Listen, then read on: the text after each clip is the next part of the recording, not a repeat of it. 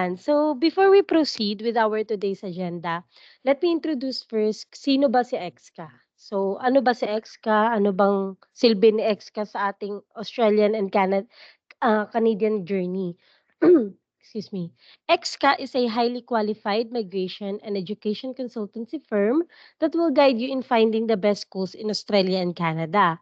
We are not we are one of the fastest growing agencies with incredible visa grant rates due to our exceptional attention to detail. Next, please. Okay, so for those who are in doubt, please don't worry cause si Exca po ay 100% Australian-owned company and meron tayong professional certificates from QEAC, Mara, and Pierre. Next, please. Okay. So, sa taong 2023, last year, we achieved a total of 475 visa grants, all made possible by the dedication and thorough support provided ng ating mga diligent student advisors. Their unwavering commitment to assisting our students has been exemplary, with each advisor consistently giving their utmost effort to ensure success. Yan. Then ito po ang aming Facebook page, ang EXCA Education, Migration and Visa. We have 35,000 likes and 41,000 followers. You can check dyan yung mga visa grants natin, yung mga reviews, and yung mga ino-offer nating mga services and courses. Next, please. Ayan, you can also check our website, exca.com.au, where you can book yung free and one-on-one consultation with our student advisors. Next, please. So currently, we have 5 existing offices. We have one in Melbourne, sa Australia, and meron tayong 4 offices dito sa Philippines. We have in Manila, Baguio, Cebu, and Davao. Next, please. So for those who want to visit our offices, ito po yung ating mga address. So please feel free to do so. Welcome po kayo na mag-walk in. And yan po yung mga exact addresses na pwede nating puntahan. Please just remember po ang ating mga office hours. From Monday to Thursday, yung offices po natin are open from 7 a.m. to 4:15 p.m. And then on tuwing Friday, we're open po from 7 a.m. to 12 noon. Next, please. Ayan. I will start I will start now no sa talagang topic ng ating webinar. So, for those who have questions or concerns, paki-type na lang po sa Q&A na part dito sa ating Teams, and we will try our best to answer them sa ating Q&A portion. Okay? So, for this webinar, our topics are: first is yung about Australia and Canada. Why study in Australia and Canada? Courses to offer, requirements, process, pathway, after studies, and FAQ. Okay, next please. So let's discuss some facts about Australia and Canada. So first, simulan natin si Australia. Australia is the smallest continent and one of the largest countries on Earth. It lies between the Pacific and Indian Oceans in the southern hemisphere. Their currency is Australian dollars, and ang isang Australian dollar po, ang katumbas nun ay 38 pesos. For Canada naman, Canada, siya yung second largest country in the world in area after Russia, occupying roughly the northern two-fifths of the continent of North America. Ang currency po is ang Canadian dollar, and 1 Canadian dollar is equals to 41 pesos. Next, please. Ayan. Let's move on sa seasons in Australia and Canada. So bakit? Understanding itong seasonal variations for each month is very crucial, lalo na sa mga international students. For example, if our visa in Australia is approved in August and yung intake natin is scheduled for September, syempre it falls during the spring season. In this case, considering whether it would be suitable to pack ng sandals or shorts lang, syempre it becomes important, 'di ba? So this decision depends on the typical weather patterns during that time in Australia. So having itong information na to will help in preparing appropriately for the climate conditions one will encounter upon arrival. Next po is why study in Australia? Ano ba yung magiging benefits nito sa mga gustong mag-aral in Australia? Okay. Ang first reason niya is yung world-class education. So siyempre, isa ito sa biggest reason ng ng pag-aaral doon sa Australia because they offer excellent quality of education. They offer really good schools and universities with lots of different courses to choose from. In fact po, they offer more than 20,000 courses in over 1,200 educational institution. Siyempre ang daming options po nun 'no. Also, another reason po, Australia is also ranked third in the world for the quality of education it provides. Ibig sabihin po, the education that you will get there is recognized and respected around the world. Many people, like immigrants and professionals, they move to Australia because they want their families to have access to this high quality education. So, studying in Australia can open up a lot of opportunities for you and sa future mo. You can get top-notch education that will help you succeed in your career and life. Next po, yung lower living expenses compared sa studying in UK or Canada. Well, it's true na yung cost of living ng mga international students will be based sa lifestyle nila. For example, if maluho ang isang tao, of course, higher din yung magiging cost nun. However, based sa research, Australia has lower cost of living compared sa iba pang mga first world countries like UK or Canada. Third is the tuition protection service. So, ano ba yung TPS?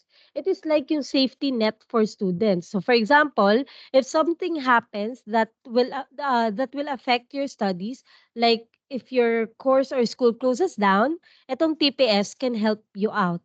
So, there are a couple of ways to help that the TPS can help. So, first, they might help you find another course or school so you can keep studying. Or if hindi siya possible, they might give you back the money you paid for dun sa education mo or they can give you a credit or loan for future studies. So basically, itong TPS is there to make sure that if something goes wrong with your education, you're not left out in the cold. So they'll try to find a solution that works for you and helps you keep moving forward with your studies. Okay? Next, please. Ayan. So next, yung gustong-gusto nating pinag-uusapan, 'no, Australia has the highest minimum wage salary. Excuse me. Right now, ang minimum wage salary po ay 23 Australian dollars per hour. So this means that even if you have a job that doesn't need a lot of skills or experience, you still have to be paid at least this much for every hour you work. It This is one of the highest minimum wages in the world, which means that even people na low paying jobs in Australia generally earn a decent amount of money. So, bakit? Para saan? So, it is designed to help ensure that everyone or everybody can afford yung basics of life. Like, for example, food, housing, clothing, or yung mga necessary things na kailangan para mabuhay, even if they're working in entry-level positions. Okay. So lastly is gain work experience while studying. So in Australia, students have the opportunity to gain work experience habang nag-aaral pa sila. This means you can get a job while you're still going to school. It's a great way excuse me. It's a great way to earn extra money, pero siyempre nandiyan din yun to learn new skills and get some real world experience in the workforce. Many universities and colleges in Australia have programs or resources na para matulungan yung mga students to find part-time jobs or internships that fit around their study schedule. So this will allow yung student to balance yung work and study commitments effectively. Okay? So gaining work experience while studying can be really beneficial para sa future. No? It can help you build yung resume mo, develop important skills, and make connections in your chosen field. Plus, it is a great way to apply what you're learning in the classroom to real life situation. So currently, ang mga international students natin have the privilege to work for up to 48 hours per fortnight or 24 hours per week. Okay? Ayan, next please. Ayan. So, let's dive in sa salary ng isang chef in Australia. Total, syempre, this webinar is for those who wants to be a chef in Australia, no? Okay. So, chef's average salary is around 57,450 per year or $29.57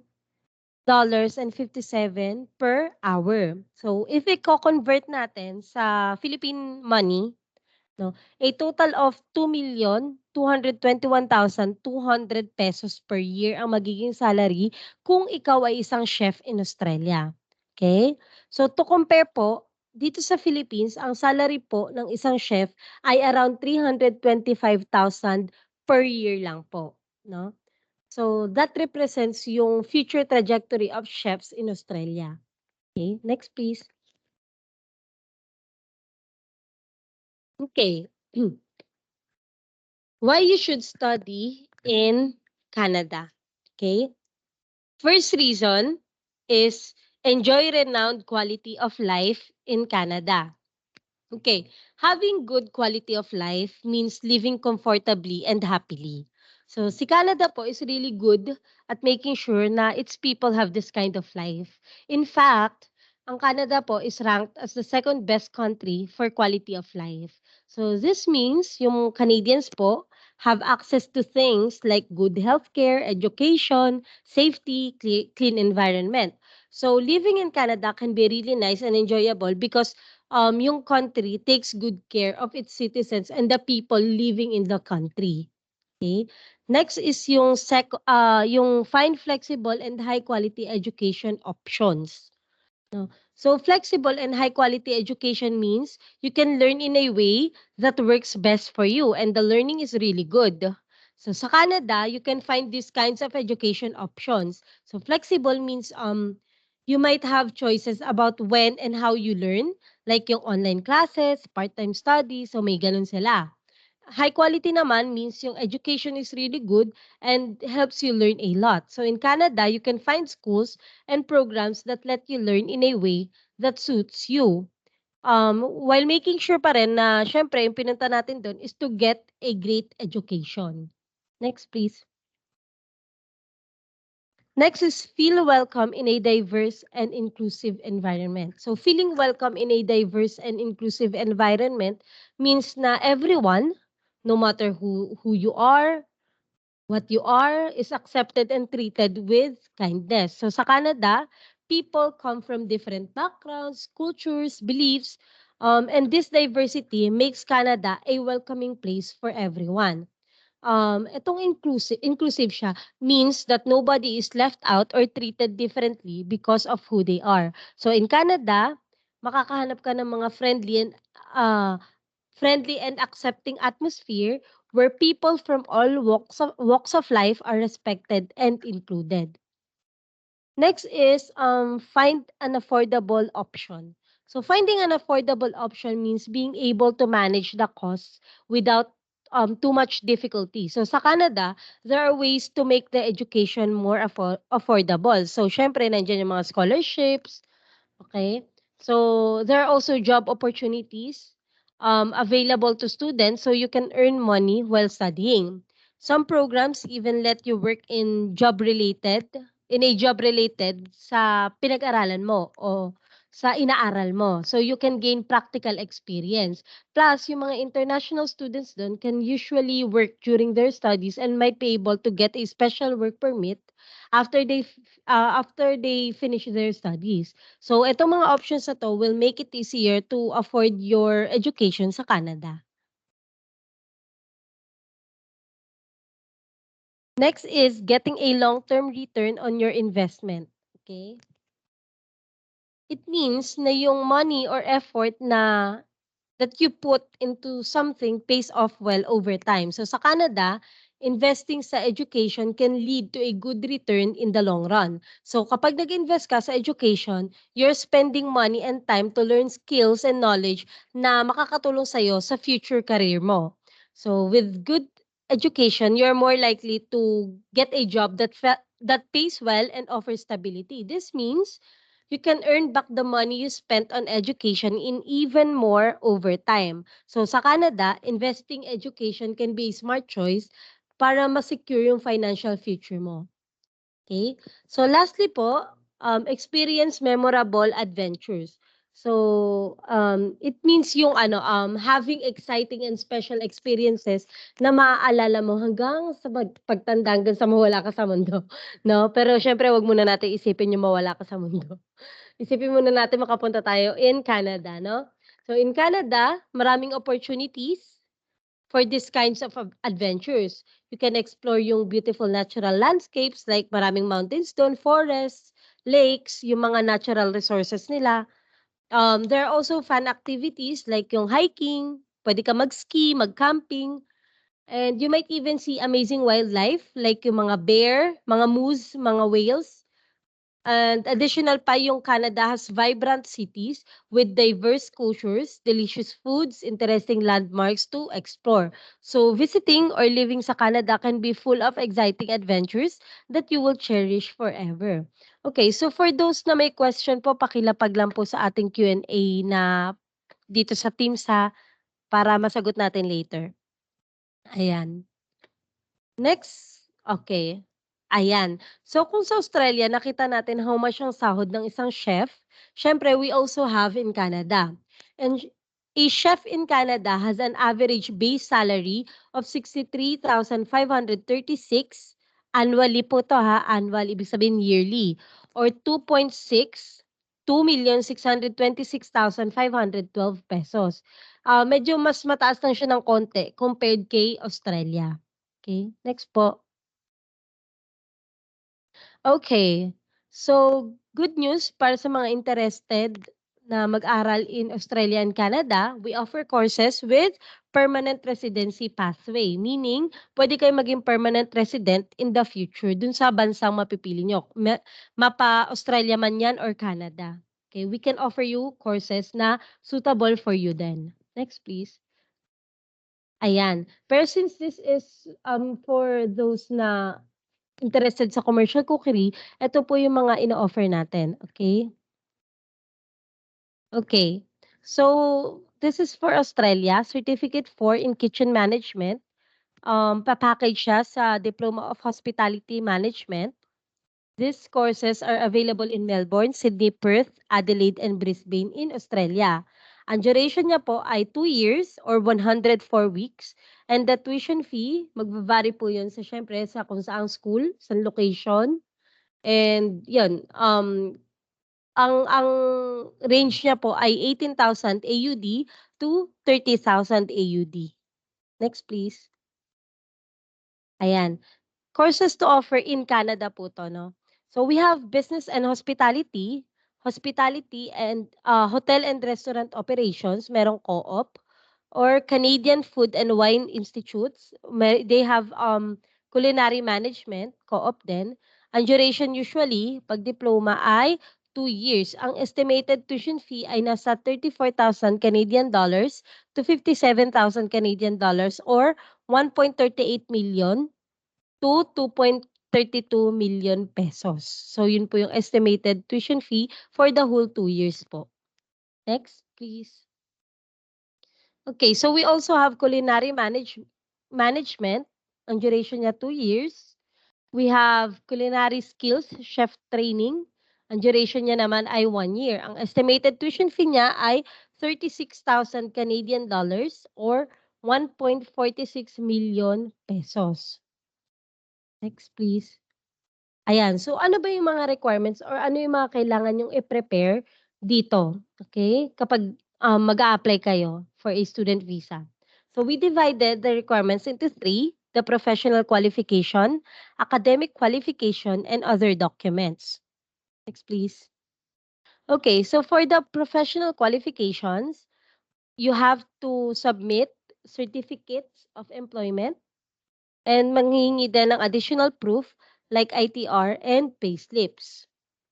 So, same lang si Canada and Australia. Ang pinagkaiba pala nila is sa Australia, ang age natin, ang nire-require natin ay 18 to 32 years old, while in Canada, 18 to 40 years old. Okay? So, pagdating naman sa academic qualification, pareho rin sila, no? At least graduate of year 12, senior high school. Ngayon, kung bachelor's degree naman, related courses, or dapat natapos yung until second year college, okay? And dapat makakapag-provide ng transcript of record. And then kung 'pag dun sa mga graduate, siyempre kailangan po natin ng diploma. And siyempre yun, yung transcript of records. Next please. Okay, for Australia, hihingi po tayo ng passport, updated resume, and English as medium of instruction. So, yung English as medium of instruction po ay nahihingi yan sa mga schools na pinagtapusan nyo. So, for example, sa Lasal, kunwari, sa Lasal kayo gumraduate ng college. Siyempre, pupunta po kayo sa registrar ng Lasal and then manghihingi kayo ng English as medium of instruction or English certificate, English letter. Kung ano man po yung tawag sa school nyo. Okay? So for Canada naman, may additional lang like yung NBI, 2 recent passport size photos, and yung GIC or confirmation of investment or ito po yung show money. Okay? So yung show money po magva-vary kung ano yung course, no, kung ilang taon. So pwede po natin yung i-calculate. Pag-usapan po natin one-on-one. Okay? Bibigyan po namin kayo ng quotation para diyan. Next po please. Okay, so for the process, we will assist you from the school application hanggang sa visa lodging. Next please. Okay, siyempre sisimulan po natin sa assessment. Titignan natin kung bagay ba kayo sa commercial cookery, sa culinary management, or may ibang course na mas suitable para sa inyo. So, dun po natin titignan yun sa assessment and sa pre-qualification. Okay? Next, kapag sinabi na nating eligible ka, nagpasa ka na sa amin ng mga documents, ready na po tayo for school application. Okay, dun sa school application, ibig sabihin sasubmit na po natin yung mga requirements sa school na papasukan nyo, whether it's in Canada or in Australia.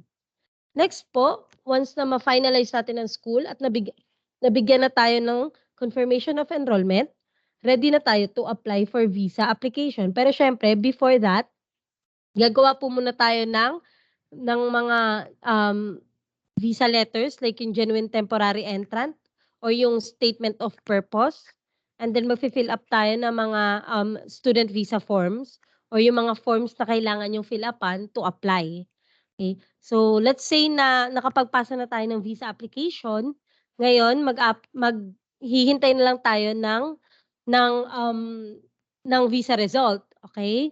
So dun sa visa result, kapag granted po ang inyong visa, siyempre lilipad na tayo to Australia and Canada. And from there, you will study, work, and live in Australia or Canada na po. Okay? Next please. So if may question po kayo regarding sa process, we can discuss it separately po. Para mas malinaw. Okay. So bago po tayo magkaroon ng visa 'no, siyempre magme-medical muna tayo. So ayan, iga-guide naman po namin kayo dun sa medical and sa biometrics po, yung susunod diyan. Ayan, so iga-guide naman po namin kayo kasi yan yung kailangan nating gawin 'no. Next po please. Ayan, so good news po ulit, we don't have any professional fee po. So ang babayaran niyo lang po sa'min ay yung initial tuition fee, visa, and insurance. Next please. Ayan. So ito po yung estimated initial expense for vocational or yung mga 2 years, certificate, diploma, advanced diploma. For the visa fee, 30,000 or 745 Australian dollars. Ang initial tuition fee po ng mga vocational courses or yung VET courses ay 123,000 or 3,000 Australian dollars minimum. Okay? So for the insurance fee, good for 2 years na po, ibig sabihin covered na niya yung whole duration ng course. Nasa 60 to 70,000 or 1,500 to 1,600 Australian dollars or a total of 220,000 plus, 'no, depende pa po 'yan kasi. So, 220,000 plus, 'yun po yung kailangan niyong i-prepare for the initial fees, ayan, or initial expenses. Ayan, for the show money, ayan, for the, vocational course or vet courses and then solo applicant, 1 year living expenses is 24,505. 1 year tuition fee, so depende kung ano yung course 'no. So let's say ang 1 year tuition fee niyo is 10,000 and then travel expenses po ay 2,000, a total of 36,505 or 1.3 to 1.4 million pesos ang show money. Yun po yung show money. So sino ba yung eligible sponsors? Puwede pong magkaroon kayo ng sponsors, kung hindi natin afford 'to puwedeng afford ni sponsor. So, ang puwedeng maging sponsor ay yung immediate family members. So, puwede yung parents or siblings, tsaka yung first degree degree relative. So, let's say yung aunt, uncle, cousin, basta first degree po, okey. So, bakit first degree? Kasi po kailangan natin mag-provide ng proof of relationship. So, kung masyado ng malayo yun, ang dami po natin kailangan i-provide masyado. Next please. Okay. Samples, estimate initial expense ng direct stream, this is in Canada. So yung GIC po or yung Guaranteed Investment Certificate is, I think this is ano, hindi 'di ba 20,000 na siya. For GIC ang kailangan na nating i-present ay 20,000, yun na po yung bago. Okay. So for the biometrics fee, 85 Canadian dollars. For the medical fee, 317 Canadian dollars. So since hindi naging updated yung GIC dito, puwede ko kayong i-PM para at least mabigay ko sa inyo yung talagang exact na kailangan nating i-prepare for Canada, ayan. Message niyo lang ako, ibibigay ni Miss Tin later yung aking ano, yung aking anong tawag dito, yung aking Facebook, yung aking email para at least makapag-usap tayo, ayan. Eto naman is yung regular application, biometrics, 85 Canadian dollars pa din. For the medical, 317 Canadian dollars and for the visa fee, 670 Canadian dollars or 30,000 pesos. And then kailangan nating, bayaran din yung 50% of first year ng tuition fee, which is around 8,000 Canadian dollars. So total of 408,090 and then for the tuition fee, siyempre for the tuition fee, for the show money, ang kailangan natin ipakita ay yung 1 year tuition fee or 17,000 Canadian dollars and yung 1 year living expenses sa Canada. So eto is hindi din updated, so nasa 20,000 na rin yun. So again, if ever na kailangan niyo yung exact or yung updated, puwede ko ibigay sa inyo po. Ayan. Next please. Ayan, pathway after studies. You will be able to have yung job related to what you have studied and become a permanent resident. So, ano po ba yung aaralin? So, for example, yung, um, commercial cookery and then siyempre ang inaral niyo is to become a chef. And ang chef po in Australia and Canada ay merong permanent residency pathway. Next please. Ayan. So, bago po tayo mag-proceed sa ating, FAQs and question and answer, baka po meron kayong mare-refer sa EXCA, 'no? For example, ang ni-refer niyo po ay nag-proceed with EXCA and nag-grant ang visa, naging successful ang application, you will receive po a 7,000 pesos or 200 Australian dollars for every successful referrals. Ibig sabihin po, yung nagtuloy at nag-grant ang visa. So makukuha niyo po yun once na nag-start na siya ng kanyang, studies doon, okey? So baka po may mare-refer kayo, i-refer na sayang naman yang 7,000 din 'yan, 'no? Ayan, next please. Okay, FAQs. Can I work while studying in Australia or Canada? Yes po. Ang ating mga international students ay meron pong work rights for Australia and Canada. Next, how long will the process take? Ang process po natin from anong tawag dito, school application hanggang sa visa lodging ay 30 days po. And then ang visa po, ang pagwe-wait ng visa result will take 3 to 6 months po ang waiting time. Do I need to take any English exam? Sa ngayon po kasi ay naghihigpit na sa Australia and sa Canada. So yes po, nire-require natin ng English exam. Ngayon po, kung ano yung scores ng English exam, nagva-vary po yun kung ano yung course ni student. So tungkol diyan, titignan natin yung entry requirements ng bawat course. So puwede niyo po kaming i-PM para at least masabi namin sa inyo yung kailangan niyong scores para sa English exam like PTE, IELTS, or OET. Is there any show money needed for the application? Yes po. So, magdedepende din po 'yun kung ano yung course and kung meron tayong, isasamang asawa or anak. So, depende po sa application niyo.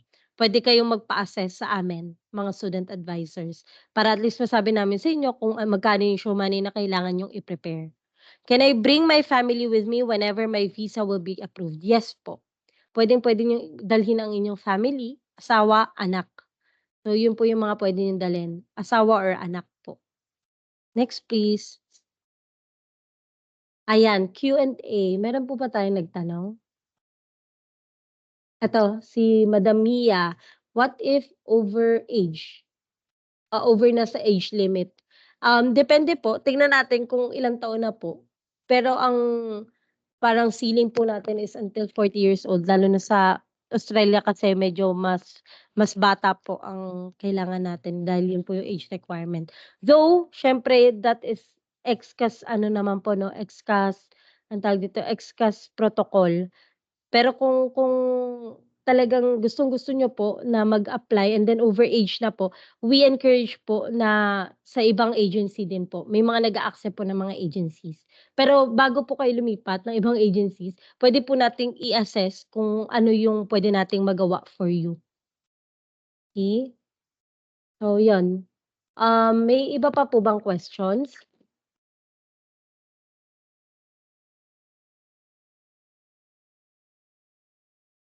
Madam Hello po. Ayan, upon checking wala pong, question dito sa chat box 'no, but you can unmute yourselves, sa ating mga guests or attendees para po ma-clarify natin yung mga tanong habang libre pa po ano. Oo. Sayang naman. Pero if ever man na baka nahihiya sila 'no, puwede niyo naman akong i-chat or puwede si Miss Tin, puwede si Sir Jagger, puwede niyo kaming i-chat, um, sa aming mga Facebook account. Ito yung Facebook account ko, sinend na sa inyo ni Tin para at least ma-message niyo kaagad and then makapag-schedule tayo ng call. Ayan, mukhang wala na 'no? Ayan, so binigay din ni Miss Tin ang aming Facebook page account. Exca.com.au. Puwede niyong hanapin 'yan sa Facebook at puwede kayo dun mag-send ng inyong inquiries para ma-transfer din kayo sa mga student advisors. Okey, mukhang wala na po 'no, na questions? Tama ba, Miss Tin? Yes po, wala na Okey. din. So, ayun lang naman. Thank you so much for attending our webinar. Next please. Ayan. So, for assessment or other concerns, you can contact us directly. Next please. Ayan. So, yan po ang aking Facebook account, Donel Exca or Donel Stella Maris Valdez. Pero yung Donel Exca na lang hanapin niyo, okay? So, www.facebook.com/donelexca/. Okay, next please.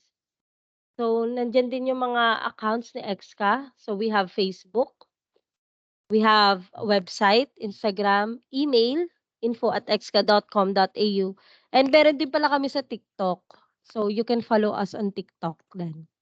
So, yun lang naman everyone. Thank you so much for attending the webinar for today. Have a good day.